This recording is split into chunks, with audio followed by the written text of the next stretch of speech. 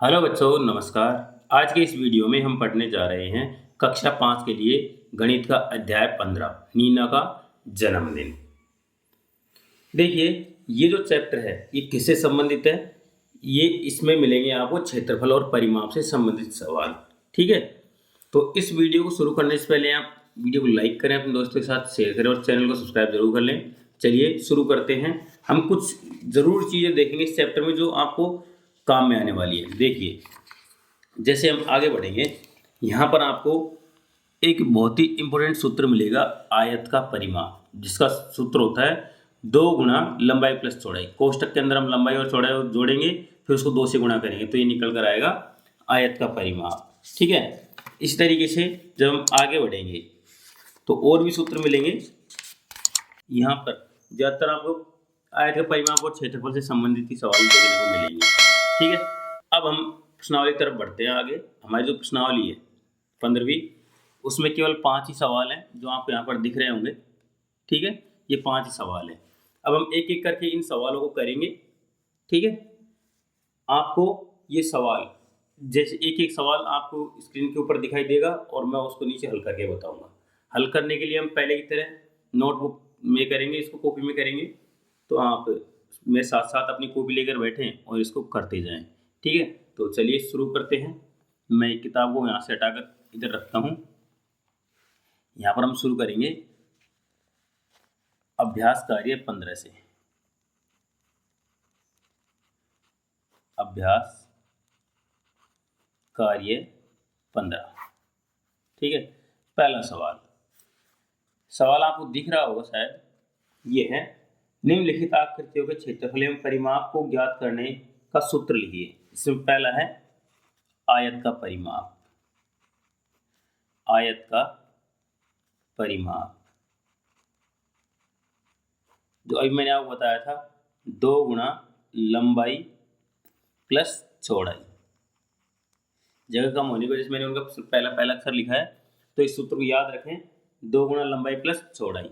और दूसरा क्या पूछा है यहाँ पर, वर्ग का, एक मिनट, वर्ग का परिमाप।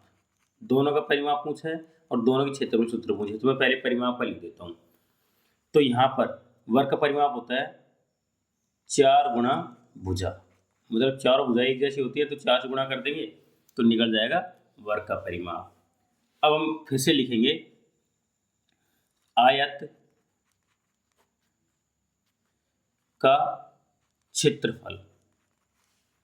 क्षेत्रफल क्या होता है, लंबाई गुणा चौड़ाई। ठीक है, और वर्ग का क्षेत्रफल, इसका मतलब होता है भुजा की घात 2, या फिर आप इसको भुजा गुणा भुजा भी लिख सकते हैं। तो ये तो सूत्र हो गए जो आपसे पहले सवाल के अंदर पूछे गए थे। ठीक है, ये यहाँ पर पहला सवाल खत्म होता है। अब हम दूसरे सवाल तरफ बढ़ेंगे। इन सूत्रों को ढंग से लिख लेना, ये यहाँ पर पूरे साल भर काम आएंगे। ठीक है, चलिए दूसरा सवाल आप यहाँ पर करते हैं। आपको दिख रहा होगा, एक आयत की लंबाई 40 सेंटीमीटर और चौड़ाई 60 सेंटीमीटर है, तो उसका क्षेत्रफल और परिमाप ज्ञात कीजिए। तो पहले आपको आयत का परिमाप निकालना है और क्षेत्रफल निकालना है। ठीक, दोनों चीज निकालनी है। तो आयत की लंबाई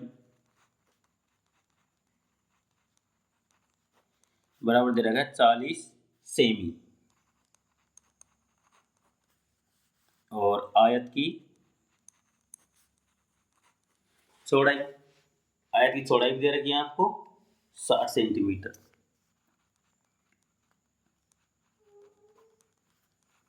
60 सेंटीमीटर ये तो हमको दे रखी है। अब दो चीज पूछी यहाँ पर, आयत का क्षेत्रफल। आयत का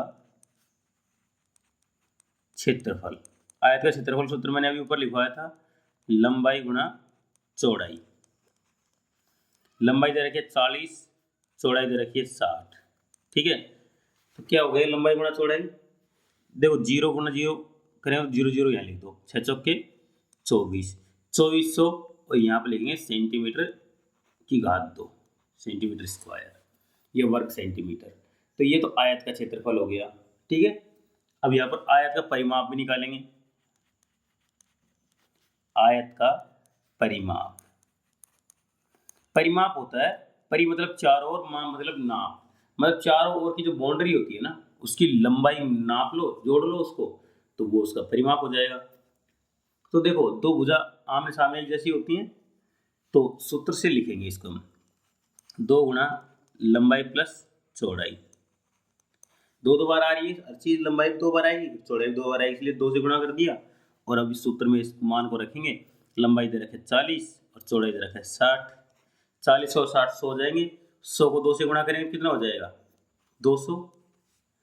और सेंटीमीटर है तो आप सेम ही लिखेंगे, यहाँ पर आपको सेंटीमीटर स्क्वायर लिखने की जरूरत नहीं है, क्योंकि ये केवल एक लंबाई है और लंबाई को हम सेंटीमीटर में मापते हैं, और क्षेत्रफल को लंबाई गुणा चौड़ाई मतलब सेंटीमीटर स्क्वायर में मापते हैं।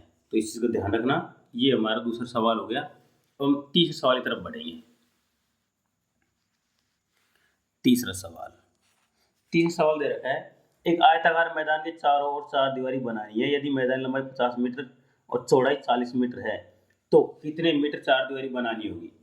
मतलब यहाँ पर आपको लंबाई दे रखी है 50 मीटर और चौड़ाई दे रखी है 40 मीटर। समझ गए। इसका मतलब ये है कि एक मैदान है जिसकी बाउंड्री आपको बनानी है, और उस बाउंड्री की लंबाई कितनी होगी कि वो 50 मीटर तो लंबा है और 40 मीटर चौड़ा है। तो यहाँ पर बाउंड्री लंबाई निकालने के लिए हम निकालेंगे परिमाप, मतलब मैदान का परिमाप, मैदान का परिमाप, परिमाप बाउंड्री को बोलते हैं। तो 2 गुणा लंबाई प्लस चौड़ाई, इस सूत्र का उपयोग करेंगे। तो 2 गुणा लंबाई कितनी है 50 है और चौड़ाई 40 है, 40 और 50 90, मतलब 2 गुणा 90, 90 को 2 से गुणा करेंगे तो 180 मीटर, ये निकल कर आएगी बाउंड्री की लंबाई तीसरे सवाल में।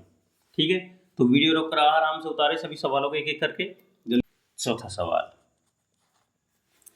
सवाल ये है, निम्नांकित वर्गाकार आकृति से 4 सेंटीमीटर लंबाई और 6 सेंटीमीटर चौड़ाई का टुकड़ा काटने पर शेष आकृति का परिमाप कितना होगा। देखिए आपको चित्र दिख रहा होगा स्क्रीन पर। तो एक 8 सेंटीमीटर, मैं यहां पर उस चित्र को बनाता हूं। देखिए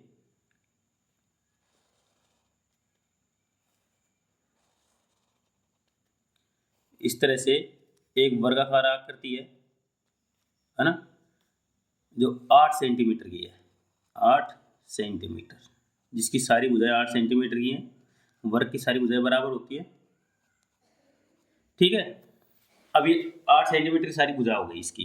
अब हम क्या करेंगे, यहाँ पर एक ऐसा टुकड़ा काटेंगे इस तरह से, जैसे आकृति में बता रखा है ना, जो 6 सेंटीमीटर तो लंबा है और 4 सेंटीमीटर चौड़ा है। अब ये जो बचा हुआ भाग है ना, ये वाला, इसका हमें परिमाप निकालना है। ठीक है, तो यहाँ पर शेष आकृति का परिमाप, आकृति का परिमाप कैसे जोड़ेंगे। देखिए यहां पर ये 8 है, 8 जोड़ लिया, प्लस 4 घटा देंगे 8 में से तो 4 बचेगा, प्लस ये 8 है, इसमें से ये 6 घट गया तो कितना बचेगा 2 बचेगा, प्लस ये 8 है। ठीक है, तो इस तरह से हमारे पास में, दोबारा देखो एक बार, हमारे एक मिनट दोबारा, ये 8 प्लस ये 4 बच गया, प्लस ये 6 होगा, है ना।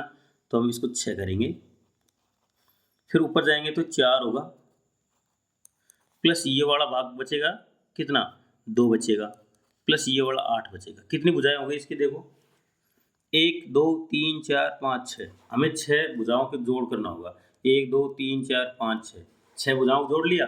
अब जोड़ते हैं, देखो 8 4 12 6 18 और 4 22 और 2 24 और 8 24 और 8 32, तो यहाँ पर 32 सेंटीमीटर यहाँ पर निकल कर आएगा इस बचे हुए भाग का परिमाप। तो ये हमारा चौथा सवाल हो गया। अब हम पांचवें सवाल की तरफ बढ़ेंगे। पांचवा सवाल देखो, दी गई आकृतियों में छायांकित भाग का क्षेत्रफल ज्ञात कीजिए। यहाँ पर आपको छायांकित भाग मतलब जो गहरा दे रखा है उसका आपको क्षेत्रफल निकालना है। ठीक है, तो आकृति मैं आप सामने यहाँ पर बना रहा हूँ। देखो, एक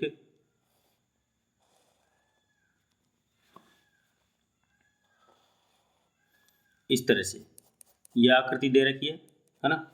2 सेंटीमीटर इसकी लंबाई दे रखी है और 3 सेंटीमीटर इसकी ऊंचाई दे रखी है और ये चौड़ाई दे रखी है।